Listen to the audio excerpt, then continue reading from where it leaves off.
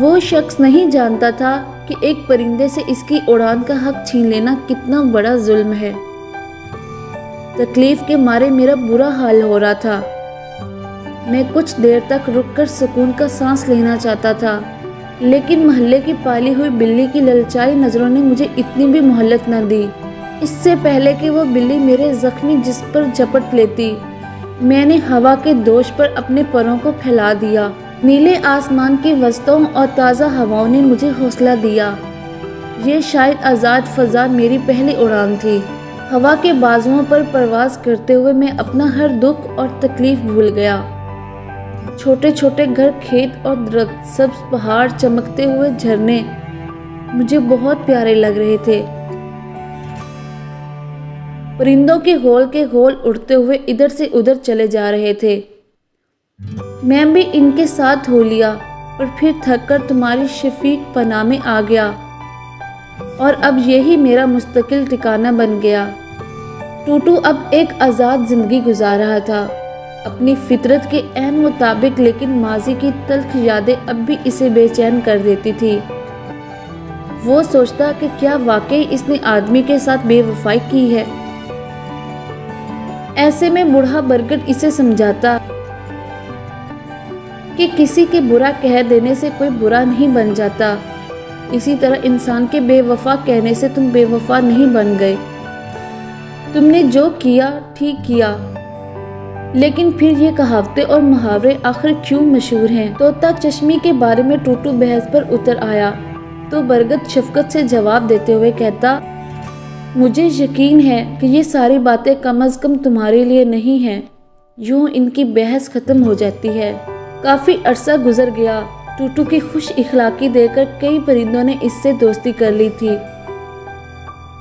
ٹوٹو دن بھر اپنے دوستوں کے ساتھ گھومتا پھرتا، لیکن رات کو اپنے سب سے پرانے اور گہرے دوست بوڑھے برگد کے درخت کے پاس پہنچ جاتا تھا۔ اب غذا کا موسم عام پہنچا۔ ہریالی اور سبزے کی جگہ زردی چھا گئی تھی۔ درختوں کے پتے ٹوٹ کر گرنے لگے۔ بوڑھا برگد اب اور بھی کمزور ہو گیا تھا۔ اس کے زیادہ تر پتے ٹوٹ کر جھڑ چکے تھے اور شاخیں سوکھ گئی تھی۔ یہاں بسیرا کرنے والے پرندے کہیں اور چلے گئے تھے۔ صرف ایک طوطا تھا جو ابھی تک اس کے ساتھ تھا۔ بوڑھا برگد اس سے اکثر کہتا کہ دوسرے پرندوں کی طرح اب تمہیں بھی کوئی اور جگہ تلاش کر لینی چاہیے، کیونکہ اب نہ میں تمہیں دن میں تپتی دھوپ سے بچا سکتا اور نہ پہلے کی طرح رات کو میری نرم شاخیں تمہیں آرام دے سکتی ہیں۔ ٹوٹو ہر مرتبہ سختی سے انکار کر دیتا۔ وہ کہتا، سچا دوست وہی ہے جو مصیبت میں بھی ساتھ نہ چھوڑے، اور میں تمہارا سچا دوست ہوں۔ برگد کا درخت اس کی بات سن کر خاموشی سے سر جھکا لیتا۔ یہ مشکل وقت بھی جلدی ہی گزر گیا، اور جب درختوں پر نئے پتے آ گئے تو یہاں سے جانے والے پرندے بھی دوبارہ لوٹ آئے۔ اب بوڑھا برگد دوسرے پرندوں کے سامنے ٹوٹو کی وفاداری کی تعریف کرتا، اور وہ کہتا کہ ٹوٹو نے برے وقت میں بھی اس کا ساتھ نہ چھوڑا اور ایک اچھے دوست ہونے کا ثبوت دیا۔ دوسرے پرندے یہ سب سن کر بہت شرمندہ ہو جاتے، لیکن ٹوٹو خوش ہو کر اس کی شاخوں پر ٹیں ٹیں کر کے زور زور سے جھولنے لگتا۔ ایک روز ٹنٹو حسب معمول دانے دمکے کی تلاش میں تھا کہ اڑتے اڑتے اسے یوں محسوس ہوا کہ کوئی نیچے سے اسے پکار رہا ہے۔ ٹوٹو نے نیچے جھک کر دیکھا تو یہ وہی آدمی تھا جس نے اسے بچپن سے پالا تھا۔ اس نے دور سے اسے پہچان کر آوازیں دینے شروع کر دی تھی۔ ٹوٹو بجلی کی سی تیزی سے نیچے لپکا اور اس کے ہاتھ پر بیٹھ گیا۔ انسان کی محبت دیکھ کر ٹوٹو حیران سا تھا کہ یہ وہی انسان ہے جس نے اسے انتہائی حقارت سے بے عزت کر کے گھر سے باہر پھینک دیا تھا۔ آج وہی شخص اس سے ہاتھ جوڑ کر معافی مانگتے ہوئے کہہ رہا تھا، میرے پیارے ٹوٹو، میں تم سے بے حد شرمندہ ہوں، مجھے معاف کر دو۔ شاید یہ تمہاری ہی بددعا تھی کہ میں تمہارے جانے کے بعد اپنی زندگی میں خوشی محسوس نہ کر سکا اور کمرے میں بند ہو کر صرف تمہیں ہی یاد کرتا رہتا تھا۔